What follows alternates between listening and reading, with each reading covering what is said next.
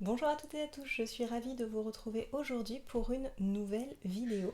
Et aujourd'hui, on va faire mon bilan du mois d'octobre. Alors très honnêtement, ce bilan, il est en demi-teinte parce qu'il y a eu beaucoup de péripéties dans ma vie personnelle, des mauvaises et des bonnes. On a fait un peu les deux extrêmes ce mois-ci qui ont fait que mon planning a été un petit peu très chamboulé. Donc, je vous raconte ça tout de suite.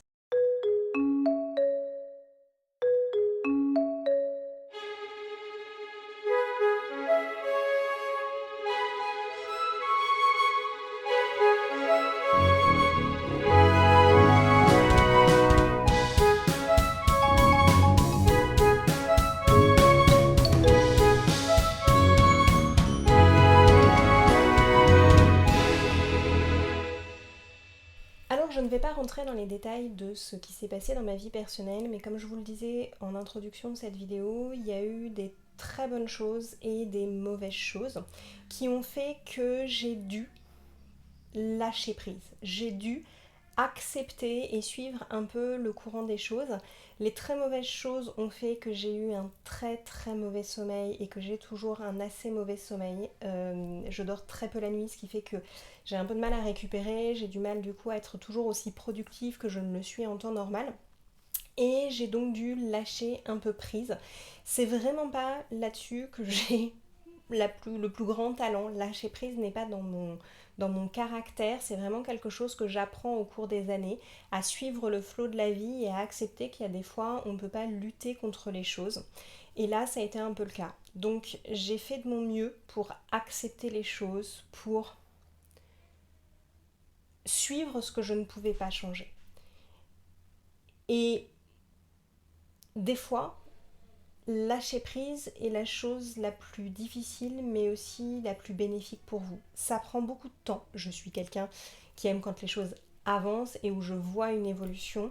Et quand j'ai besoin de lâcher prise, quand j'ai plus le choix que de lâcher prise, de reconnaître que je n'ai pas de prise sur les éléments, que je ne peux pas et que ce ne serait pas souhaitable que j'aille à contre-courant, il faut accepter que ça va prendre du temps pour voir les effets des choses.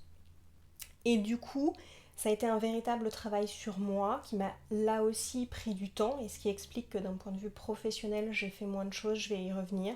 Mais par contre, c'est toujours un très bon enseignement, c'est d'accepter qu'on a des choses qui ont été mises en place et que bah maintenant il faut simplement de la patience, il faut simplement accepter là où on n'a plus de prise. Et ça n'a pas été simple, vraiment. Et c'est toujours pas simple. Et ça prend du temps. Mais j'accepte doucement.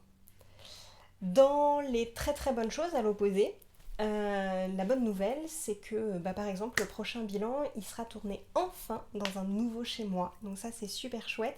Mais c'est aussi quelque chose qui prend du temps puisque je vais pouvoir déménager au 15 novembre. Donc je me suis retrouvée avec un peu de paperasserie, d'administratif et de choses à gérer pour mon futur emménagement dès la fin de ce mois-ci.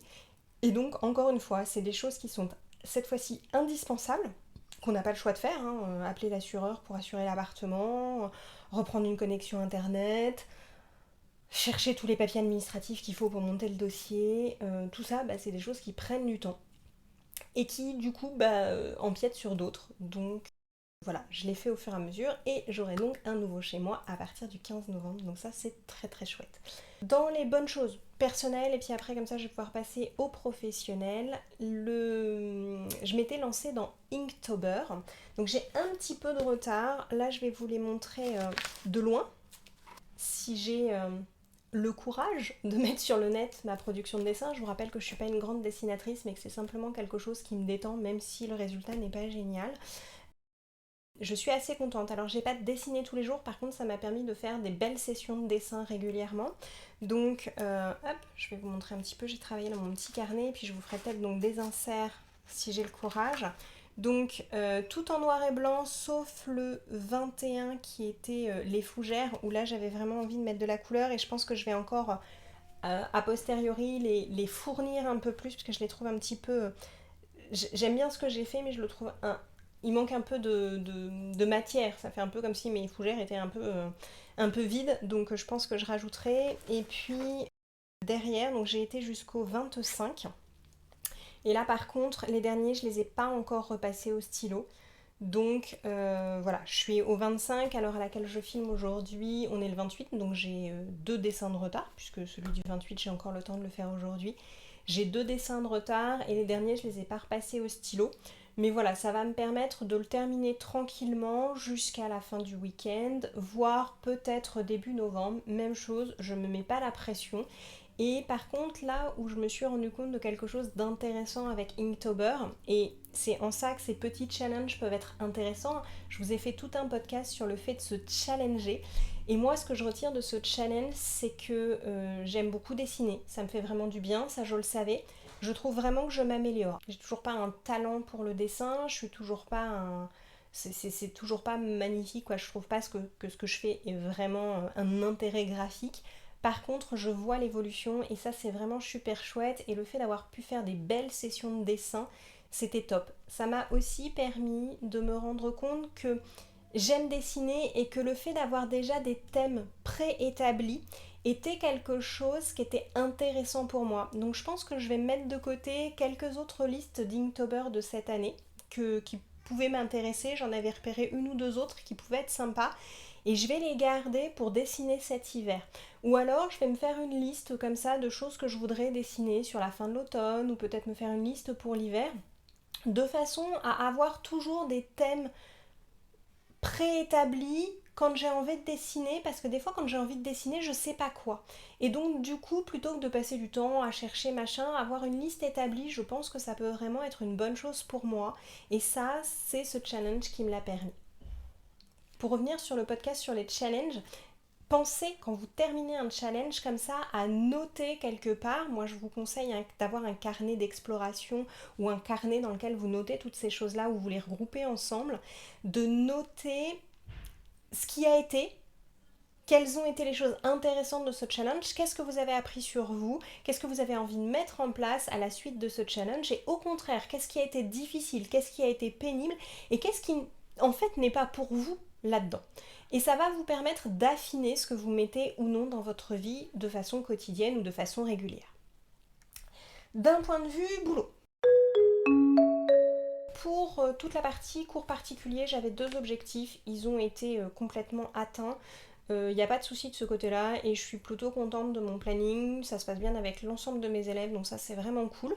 Pour la partie coaching, là j'ai toujours un bémol. Alors du coup c'est là que j'ai pris du retard parce que je devais finir de monter les vidéos du programme Apprendre à être soi qui sortira, je croise les doigts, au mois de novembre pour le niveau autonomie et qui reprendra sur les autres niveaux au début de l'hiver, c'est-à-dire au 21 décembre. Mais je voulais que le programme autonomie soit complètement terminé pour la mi-novembre ou aux alentours du 20 novembre au plus tard. Et là du coup j'avais dit que j'aurais fini de monter toutes les vidéos et j'en suis très loin. Mais j'ai repris, ça y est, j'ai enfin un rythme où je suis contente du rythme que j'ai pour les montages. Donc je croise les doigts et je vais tout faire pour pouvoir continuer à garder ce rythme-là.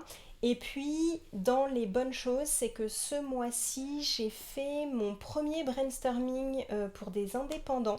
Et ça, je suis très contente parce que ça s'est super bien passé. C'était une idée qui a un peu germé comme ça en discutant avec des amies qui sont indépendantes. Comme ça au détour d'une conversation et je suis vraiment contente de ce qu'on a pu faire et ils avaient l'air contents, ils ont même redemandé une autre session qu'on n'a pas encore placée, mais je pense que c'est vraiment quelque chose qui peut être hyper intéressant pour des indépendants, de soit avoir des indépendants de domaines différents avec un thème sur lequel ils veulent tous travailler, par exemple le marketing ou par exemple comment gérer une équipe ou comment recruter une équipe. Voilà, avoir plusieurs indépendants qui travaillent sur le même thème, même s'ils travaillent dans des domaines différents, ou alors regrouper des indépendants qui travaillent dans le même domaine et parler effectivement, faire du brainstorming et voir ce que chacun veut mettre en place dans sa propre activité en tant qu'indépendant, mais en ayant mis en collectif toutes leurs idées et le fait de rebondir les uns sur les autres, ça c'était vraiment super intéressant et je pense qu'ils ont pas mal appris sur eux et ça c'était vraiment chouette. Donc voilà, pour finir, le message important que je voulais vous donner, c'était vraiment cette histoire de lâcher prise. Des fois, il y a des situations sur lesquelles, à un moment ou à un autre, vous n'avez plus la main. C'est vraiment, encore une fois, ce qui m'est arrivé ce mois-ci, c'est qu'il y a des choses sur lesquelles j'ai plus la main. Sur lesquelles je ne peux que lâcher prise et accepter les choses. Même si j'aimerais que ce soit autrement, j'ai plus ce choix-là à faire. Ce n'est plus de mon ressort. Et il faut simplement accepter. Et c'est parfois très très difficile. Je suis en plein dedans, je confirme, mais c'est la meilleure chose à faire si on veut pas y laisser sa santé en fait, et si on veut pas créer encore plus de difficultés qu'il ne peut déjà en avoir. Parce que des fois, à force de vouloir s'acharner, on fait plus de mal que de bien. Donc voilà, mais encore une fois, j'essaie de m'accrocher aux belles choses, aux choses qui vont bien, au futur appartement, au futur aménagement, et puis ça amène plein de belles choses.